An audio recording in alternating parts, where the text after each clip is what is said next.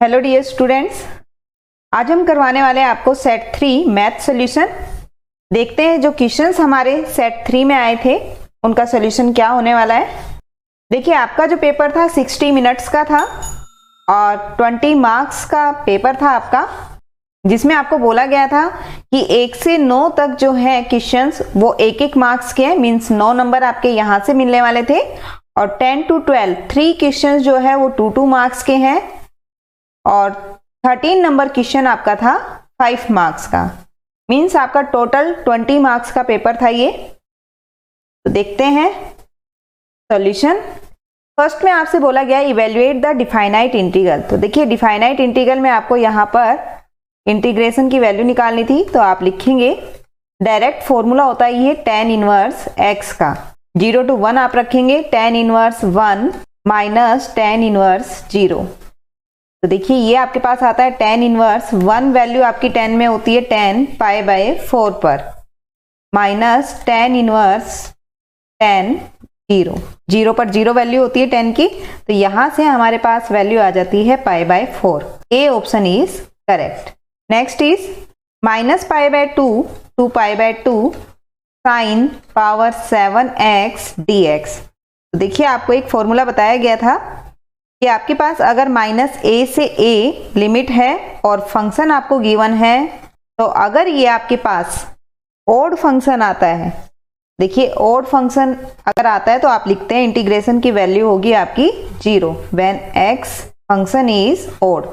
तो देखिए, odd function का मतलब क्या है कि आप जो भी फंक्शन आपको गिवन है उसमें x के प्लेस में -x रखिए और वो -fx आए, तो ये फंक्शन होता है आपका ओड फंक्शन। तो यहां पर आप देखेंगे फंक्शन आपको गिवन है साइन पावर 7x, आप x के प्लेस पे -x रखिए तो ये बनेगा साइन -x इट्स पावर 7। यहां से आप लिख सकते हैं -1 की पावर 7 साइन पावर 7x, ये बनेगा minus sign power 7x minus fx। तो देखिए, ये फंक्शन हमारा कैसा आ रहा है, ओड फंक्शन है, और ओड फंक्शन का integral -a to a limit पर क्या होता है, इंटीग्रल की वैल्यू होती है आपकी 0। तो यहां से डायरेक्ट आप लिख सकते हैं कि इस इंटीग्रल की जो वैल्यू है वो मिलेगी हमें 0। सी ऑप्शन आपका इसमें करेक्ट है। नेक्स्ट है find the area of region bounded by the curve y² equal to 9x, x equal to 2 and x equal to 4। आपको x एक्सिस बोला गया है फर्स्ट क्वाड्रेंट में। तो देखिए कैसे करेंगे इसको हम। सबसे पहले आप ड्रॉ कर लेंगे, x आपके पास 0 रखने पर y भी 0 है, और देखिए y² बोला गया है, it means y plus minus दोनों वैल्यू आपकी लेगा। पैराबोला की इक्वेशन है, तो आपके पास ये पैराबोला बनने वाला है। और आपको बोला गया x2 और x इक्वल टू 4 पर, देखिए मान लीजिए ये x इक्वल टू 2 यहां ले लेते हैं हम, ये आपका 4 है, तो ये लाइन आपके पास देखिए x इक्वल टू 2 पर ये लाइन हो गई और x इक्वल टू 4 पर आपकी ये लाइन बन गई है। तो यहां पर आपको बोला है सिर्फ फर्स्ट क्वाड्रेंट में, तो देखिए फर्स्ट क्वाड्रेंट ये वाला आपका, तो ये जो एरिया मैंने सेडेड किया है हमें ये फाइंड करना है, इसका एरिया फाइंड करना है, तो आप इसको नाम दे देंगे A B C D। तो देखिए एरिया कैसे निकालेंगे आप, एरिया 2 to 4 आपकी लिमिट है और आपके पास फंक्शन है √9x dx। इसको हम लिख सकते हैं 2 to 4 3√x dx। इंटीग्रेट करेंगे तो ये आपको मिलने वाला है x की पावर 3/2 अपॉन 3/2 इंटू 3, लिमिट है आपकी 2 to 4। तो देखिए यहां से 3 into 2/3 4 power 3/2 minus 2 power 3/2, upper limit minus lower limit. तो ये आपके पास बनने वाला है 2 its square into 3/2 minus 2 power 3/2। देखिए ये आपके पास आएगा यहां से 8 माइनस 2√2, दैट इज 16 माइनस 4√2। तो A option is correct. Next है आपके पास area lying between the curve. आपको दिया हुआ है y² equal to 4x and y equal to 2x। देखिए ये जो इक्वेशन है ये लाइन की इक्वेशन है आपकी, और ये इक्वेशन हमारी है पैराबोला की। तो सबसे पहले हम ड्रॉ कर लेते हैं। पैराबोला आपको बोला गया है y² इक्वल टू 4x। देखिए 0 रखने पर 0 आता है, इट मीन्स आपका पैराबोला ये बनने वाला है ओरिजिन के राइट साइड में। और आपको बोला गया लाइन जो है y इक्वल टू 2x है, तो आपने 0 पर 0 रखा, x 0 रखा तो y आपके पास 0 आ गया। इसी तरह आप x 1 रखेंगे तो y आपको मिलने वाला है 2। तो ये जो लाइन बनेगी आपकी, देखिए ये लाइन आपकी इस कर्व की जो लाइन है वो ये बनने वाली है। ये है y इक्वल टू 2x और ये जो पैराबोला है आपका वो आ रहा है y² इक्वल टू 4x। अब देखिए आपको जो एरिया निकालना है वो ये एरिया है आपका। तो सबसे पहले हम देख लेते हैं यहाँ ये जो पॉइंट है जिसपे हमारी वैल्यू कट कर रही है, देखिए ये तो ओरिजिन हो गया आपका 0। ये पॉइंट हम और देख लेते हैं, ये पॉइंट कौन सा आ रहा है। तो आपको बताया गया था जब भी 2 कर्व गिवन हो तो आप वहां से इजीली फाइंड कर सकते हैं x की वैल्यू। देखिए y के प्लेस पे आप रखेंगे 2x 1 में, तो आपने रखा 2x² इक्वल टू 4x। तो यहां से हमारे पास आता है 4x² equal to 4x। 4x आपने कॉमन लिया तो ये बना x माइनस 1 इक्वल टू 0। तो यहां से हमें मिलता है x 0 and x equal to 1। Means ये जो पॉइंट आ रहा है आपका वो है 1 पर। तो देखिए सबसे पहले हम देखें तो पैराबोला में से जो पैराबोला का एरिया है इसमें से अगर हम लाइन का एरिया माइनस कर दें तो ये जो आपका पार्ट है, जो एरिया है जो इन कर्व्स के बीच में आ रहा है वो हमें मिल जाएगा। तो आप लिखेंगे 0 to 1, सबसे पहले आप पैराबोला का लिखेंगे तो आपका होगा √4x, माइनस में आपको लाइन का लिखना है 2x dx। तो यहां से आपके पास इंटीग्रेशन करने पे आता है 2x की power 3/2 upon 3/2 minus 2x²/2। Limit है 0 to 1। ये मिला आपको 4/3 1 माइनस 0, अपर माइनस लोअर लिमिट रखी हमने। माइनस में देखिए 2 से 2 आपका कैंसिल हो गया है तो x² 1 माइनस 0। तो यहां से हमारे पास आता है 4/3 minus 1 that is 1/3। Means option D is correct. देखिए इसमें आपको ऑर्डर बताना है, तो ऑर्डर क्या होता है हाईएस्ट डेरिवेटिव। आप देख सकते हैं हाईएस्ट डेरिवेटिव जो है आपके पास 2x² d² y upon dx² minus 3 dy/dx plus y equal to 0। तो हाईएस्ट डेरिवेटिव आपके पास आ रहा है यहाँ पर 2। तो ऑर्डर आपका होगा यहाँ पर 2। ए ऑप्शन इज करेक्ट। नेक्स्ट है आपके पास जनरल सॉल्यूशन बताना आपको डिफरेंशियल इक्वेशन का। आपको गिवन है dy/dx equal to 1 plus y² upon 1 plus x²। देखिए सबसे पहले हम वेरिएबल सेपरेट करेंगे तो आपके पास आने वाला है 1 upon 1 plus y² into dy equal to 1 upon 1 plus x² into dx, integrating both side. तो ये आपको मिलने वाला है यहाँ से integration 1 upon 1 plus y² dy equal to integration 1 upon 1 plus x² dx। ये बनेगा आपका tan inverse y equal to tan inverse x plus constant. Next आपके पास जनरल सोल्यूशन बताना आपको डिफरेंशियल इक्वेशन का। तो देखिए जनरल सोल्यूशन आपके पास गिवन है, यहाँ पर डिफरेंशियल इक्वेशन है dy/dx equal to √4 minus y²। तो आप y वाली टर्म में dy अपॉन √4 माइनस y² लिखेंगे इक्वल टू dx। इंटीग्रेट करेंगे आप इसको, ये आने वाला आपके पास इंटीग्रेशन dy अपॉन √2² माइनस में y² equal to integration dx। देखिए यहां से ये क्या मिलने वाला आपको, ये फॉर्मूला होता है sine inverse y upon a आपका आ रहा है 2 equal to x plus c। तो देखिए यहां पर आपसे बोला गया था कि जनरल सोल्यूशन आपके पास क्या ये बनता है, तो यस आपका इसमें आएगा, यस आपको लिख के आना था इसमें। नेक्स्ट आपके पास PA equal to 0.8, PB is 0.5, B given A is 0.4. We have to find the value of A intersection B. तो देखिए कंडीशनल की हम हेल्प से ये निकाल पाएंगे। कंडीशनल का फॉर्मूला आपको बताया था मैंने, P A intersection B upon P ए।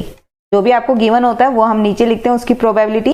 अब देखिए जो भी आपके पास इंफॉर्मेशन गिवन है आप लिखेंगे 0.4 equal to P A intersection B upon 0.8। यहां से आप क्रॉस मल्टीप्लाई करेंगे तो ये आपको मिलने वाला है 0.32 equal to P A intersection B. ये आपका आंसर होगा। नेक्स्ट आपके पास given that A and B are such that P A is 0.5, P A intersection B is 3/5, P B is x। आपको x की वैल्यू फाइंड करनी है। आपको बोला गया a and b are independent, means p a intersection b equal to P A into P B. तो देखिए intersection की वैल्यू आपको गिवन है 3/5, पी ए आपके पास है 0.5 इंटू पी बी। तो यहां से अगर हम देखें 3/5 equal to 5/10 into P B, cross multiply आप करेंगे तो ये मिलने वाला है 3/5 into 5/10/5 equal to P B आपका है x। तो यहां से वैल्यू हमारी आ जाती है 6/5 इक्वल टू x। देखिए प्रोबेबिलिटी आपकी एक से बड़ी नहीं हो सकती है। यहाँ पर आपको जो क्वेश्चन दिया हुआ उसके अकॉर्डिंग आपकी 6/5 बन रही है। यहाँ पर ये क्वेश्चन में मिस्टेक है। यहाँ पर देखिए इंटरसेक्शन आपको बोला गया है 3/5, पी ए 0.5 है, तो पी बी जो आपकी बनने वाली है प्रोबेबिलिटी 0 और 1 के बीच में रहती है, तो 6/5 ग्रेटर देन 1 है, ये पॉसिबल नहीं है। तो आपका ये जो क्वेश्चन दिया हुआ था ये गलत दिया हुआ था, लेकिन हमने इसके अकॉर्डिंग जब सोल्व किया तो आपका आंसर ये आता है। नेक्स्ट है डिफरेंशियल इक्वेशन आपको गिवन है dy upon dx equal to x plus y upon x। तो देखिए सबसे पहले हम चेक कर लेते हैं हमारे पास ये होमोजीनियस है या नहीं है। तो होमोजीनियस चेक करने के लिए आप क्या लिखते हैं, x को लैम्डा x और y को लैम्डा y। तो यहाँ से आप लिखेंगे lambda x plus lambda y upon lambda x। Lambda आपने कॉमन लिया तो ये बनता है x plus y upon x।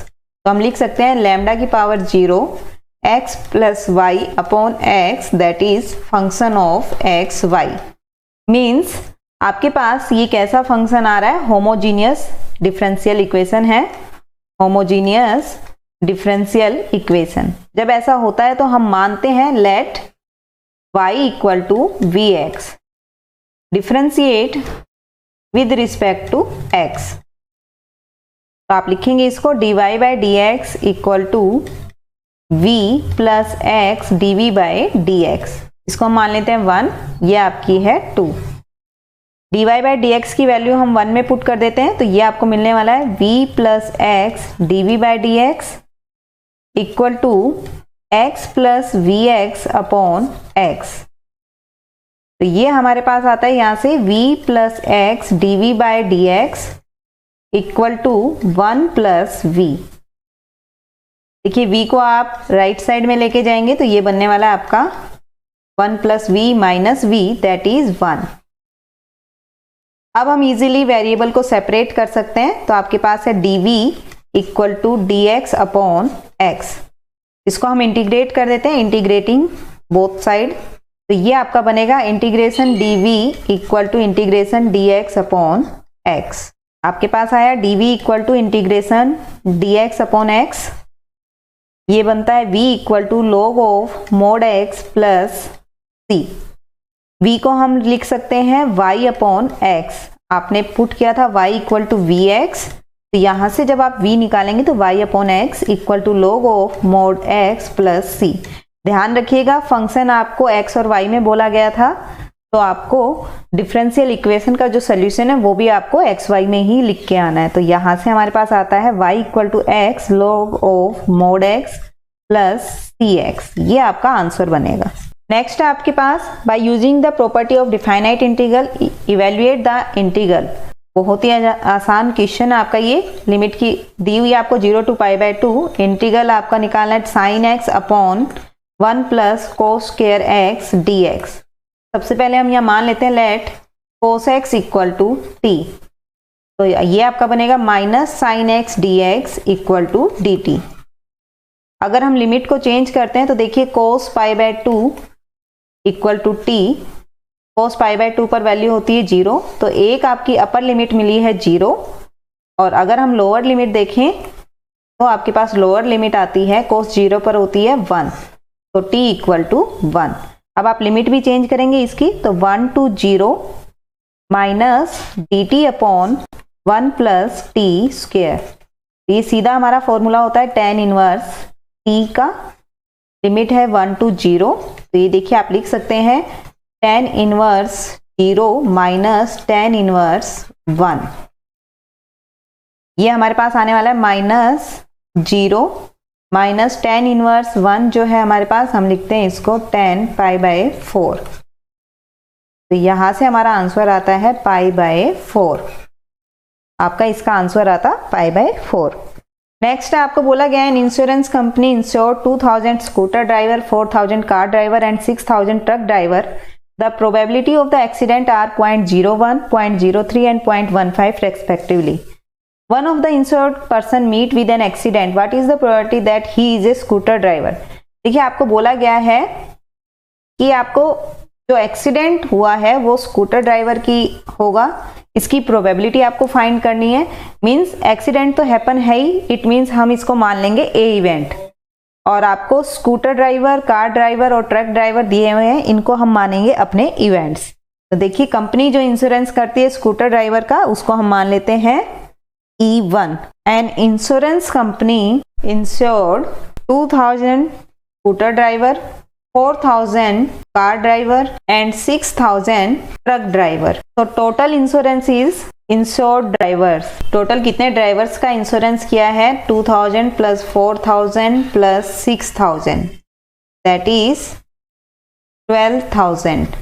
हम मान लेते हैं let scooter driver is E1, insurance E1। So probability of E1 is 2000 divide by total drivers हमारे पास है 12,000, मीन्स 1/6। इसी तरह अगर हम कार ड्राइवर लें तो कार ड्राइवर इंश्योर्ड आपके पास है, जिसको हम मान लेते हैं E2, तो आपके पास PE2 आने वाला है यहाँ से 4000 अपॉन 12,000, ये बनेगा आपका 1/3। इसी तरह आपने माना है ट्रक ड्राइवर्स को, ट्रक ड्राइवर का जो इंश्योरेंस है इसको हमने मान लिया E3, तो ये आपका बनता है प्रोबेबिलिटी ऑफ E3। तो देखिए कितने हैं ट्रक ड्राइवर? 6000, और टोटल है आपके पास 12,000, मीन्स 1/2। क्लियर? अब आपको बोला गया है प्रोबेबिलिटी ऑफ एक्सीडेंट आर 0.01। अगर स्कूटर ड्राइवर का एक्सीडेंट होता है तो इसकी प्रोबेबिलिटी आपको कितनी दी हुई है? 0.01। तो आप लिखेंगे इसको probability of accident of scooter driver, that is PA given E1। देखिए कितनी है? 0.01। इसी तरह अगर एक्सीडेंट कार ड्राइवर का है तो इसकी प्रोबेबिलिटी आपको गिवन है A given E2, that is 0.03। और अगर ट्रक ड्राइवर है तो इसके लिए है हमारे पास PA given E3, that is 0.15। आपको बोला गया है कि एक्सीडेंट जो है वो स्कूटर ड्राइवर का हुआ है, तो प्रोबेबिलिटी इसकी निकालनी है, हम बेस थ्योरम का यूज करेंगे। Probability the scooter driver has met an accident using Bayes theorem. देखिए यहां से आप लिखेंगे PE1 given A। According to formula ये आपका होता है PE1 into PA given E1 upon PE1 into PA given E1 plus PE2 PA given E2 plus PE3 PA given E3। ये आपका फॉर्मूला था। चलिए अब इसमें पुट करते हैं, तो ये आपके पास आने वाला है PE1 into PA given E1 plus PE2 PA given E2 plus PE3 PA given E3। सबसे पहले हम इसको सोल्व कर लेते हैं, तो ये आपके पास क्या आएगा? देखिए ये था 1/6 और इसकी प्रोबेबिलिटी आपको गिवन थी 0.01 प्लस में 1.3 इंटू 0.03 प्लस 1/2 इंटू 0.15। तो ये हमारे पास आता है यहाँ से 1/6 अगर हम कॉमन ले तो ये बनेगा आपका 0.01 प्लस में 0.06 प्लस में 0.45। तो आप इसको लिखेंगे 0.52/6। देखिए हमारे पास आती है probability E1 given A that is 1/6 into 0.01 upon 0.52/6। 6 से 6 आपका कैंसिल, तो यहाँ बनता है 0.01 अपॉन में 0.52 दैट इज 1/52। ये आपका यहाँ से आंसर बनता है। नेक्स्ट है using integration find the area of the region bounded by the triangle whose vertices are -1 0 1 3 and 3 2। देखिए हम देख लेते हैं, सबसे पहले हम इसको ड्रॉ कर लेते हैं। आपके ABC पॉइंट हम मान लेंगे, ये -1 0 आपका पॉइंट है, इसको हम A बोल देते हैं। इसी तरह आपके पास है 1 3, x पर 1 ये हो गया आपका, और 3 आपका y पर लेना आपको, मीन्स ये पॉइंट आपने ले लिया B जो कि है 1 3। इसके बाद है आपका 3 2, x पर 3 y पर 2 मीन्स दिस पॉइंट, इसको आप ले रहे हैं C 3 2। क्लियर? तो आपके पास ये अब आपका ट्रायंगल बन गया है, और इसका आपको क्या निकालना है, ट्रायंगल का एरिया फाइंड करना है। ये एरिया आपको फाइंड करना है। तो यहाँ पर हम क्या करेंगे, देखिए यहाँ पर जो आपका पॉइंट बन रहा है, ये पॉइंट आपको, इसको हम नाम दे देते हैं L और इसको हम नाम दे देते हैं M। तो ये जो पॉइंट है ये बन रहा है आपका 1 0, और M जो पॉइंट है इसके कोऑर्डिनेट बन रहे हैं आपके 3 0। ये आपकी x एक्सिस और this is your y axis. तो A पॉइंट आपका यहाँ पर आपने लिया है point A -1 0, B is 1 3 and C is 3 2। अब हम यहाँ से एरिया निकाल लेते हैं ABC का, एरिया ऑफ ट्रायंगल ABC। तो आप लिखेंगे area of ALBA plus area of BLMCB, और इसमें से आप माइनस कर देंगे एरिया आपका। देखिए कौन सा एरिया माइनस करेंगे हम, AMCA, ये एरिया हम यहाँ से माइनस कर देंगे। देखिए हम इक्वेशन ऑफ लाइन लिख देते हैं AB की, इक्वेशन ऑफ लाइन AB। तो ये आपके पास होगी y -0, AB लाइन में आप देखेंगे तो y -y1 आपका है 0, और x1 आपके पास है -1। तो आप लिखेंगे y -y1 0। Equation of line ये होती है y -y1 equal to y2 -y1। Slope हम ऐसे लिखते हैं x2 -x1 इंटू में x -x1। ये इक्वेशन आपने 11th क्लास में की हुई है इक्वेशन ऑफ लाइन निकालने के लिए। तो देखिए 2 पॉइंट आपको गिवन है, तो इन्हीं की हेल्प से हम निकाल लेते हैं। ये बनेगा आपका 3 -0 अपॉन 1 -+1 इंटू x + 1। तो देखिए यहाँ से हमें मिलता है y equal to 3/2 x + 1। Clear?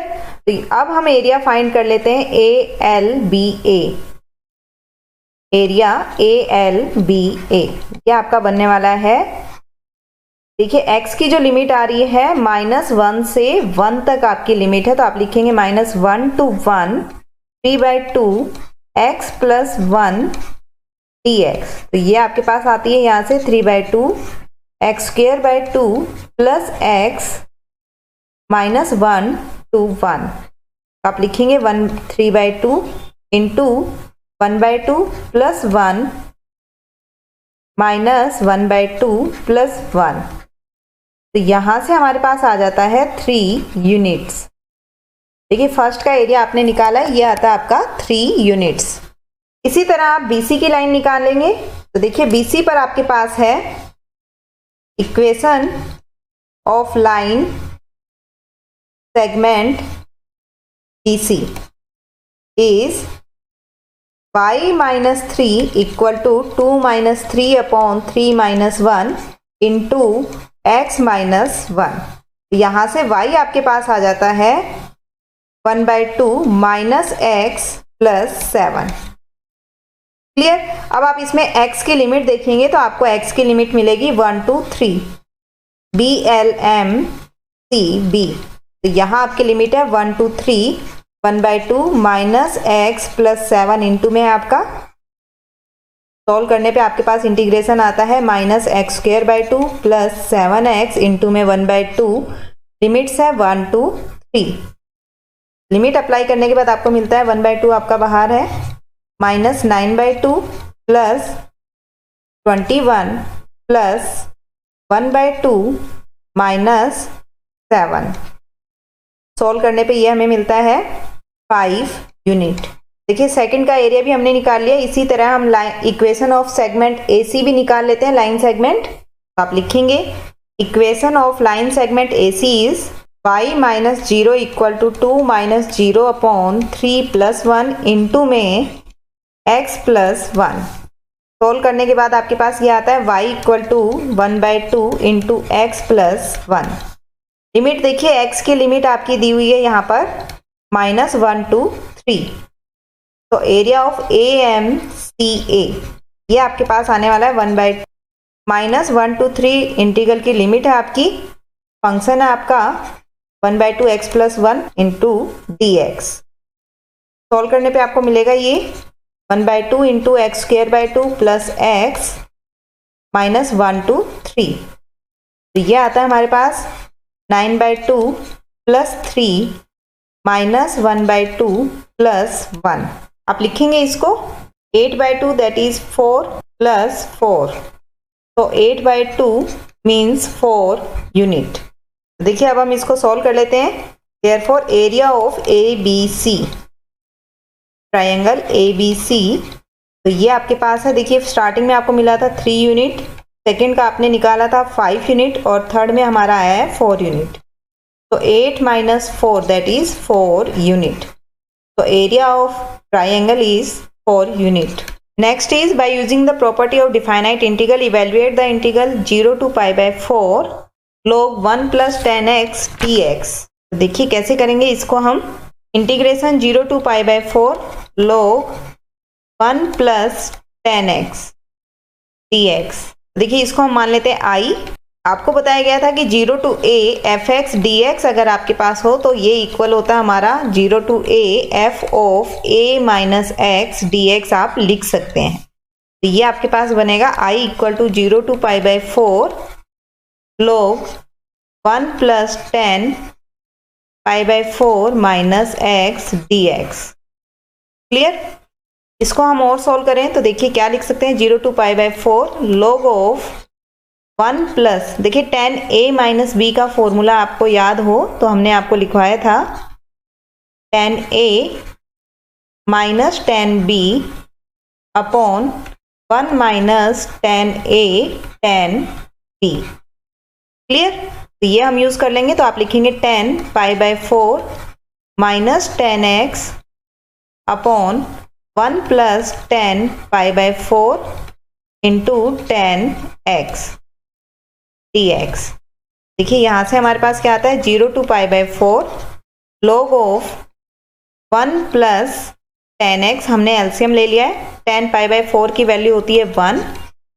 तो देखिए हम सोल्व करेंगे तो ये हमारे पास आता है 2 अपॉन 1 प्लस 10x। आप लिख सकते हैं यहाँ साइड में 10 π/4 की वैल्यू होती है आपकी 1। तो आप लिखेंगे I equal to 0 to π/4 log of 2 upon 1 plus 10x dx।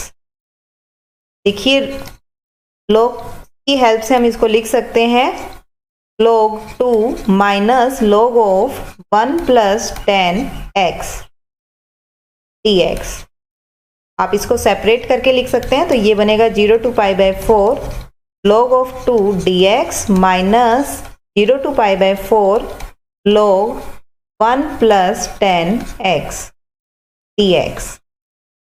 देखिए इसको आपने माना था I, तो ये आपके पास बनने वाला I plus I equal to 0 to π/4 log 2 dx। log 2 आपका कांस्टेंट है तो आप बाहर लिख सकते हैं। तो ये बनेगा आपका 2i equal to log 2 0 to π/4 integral dx। यहाँ से हमारे पास आता है 2i equal to log of 2 into x, और x की लिमिट है 0 to π/4। देखिए, और इसको अगर हम सोल्व करें तो ये आपके पास आता है 2i इक्वल टू π/4 log 2। तो i आपकी वैल्यू आ जाती है i की π/8 log 2, और i आपने किसको माना था? 0 to π/4 log 1 + 10x को। तो ये आपके पास वैल्यू आती है π/8 log ऑफ 2। ये आपका आंसर आता है। ये थे आपके सेट के क्वेश्चन जो आपसे आज पूछे गए थे। आई होप आपको सभी को अच्छे से समझ में आ गए होंगे। तो आप प्रैक्टिस करते रहिए।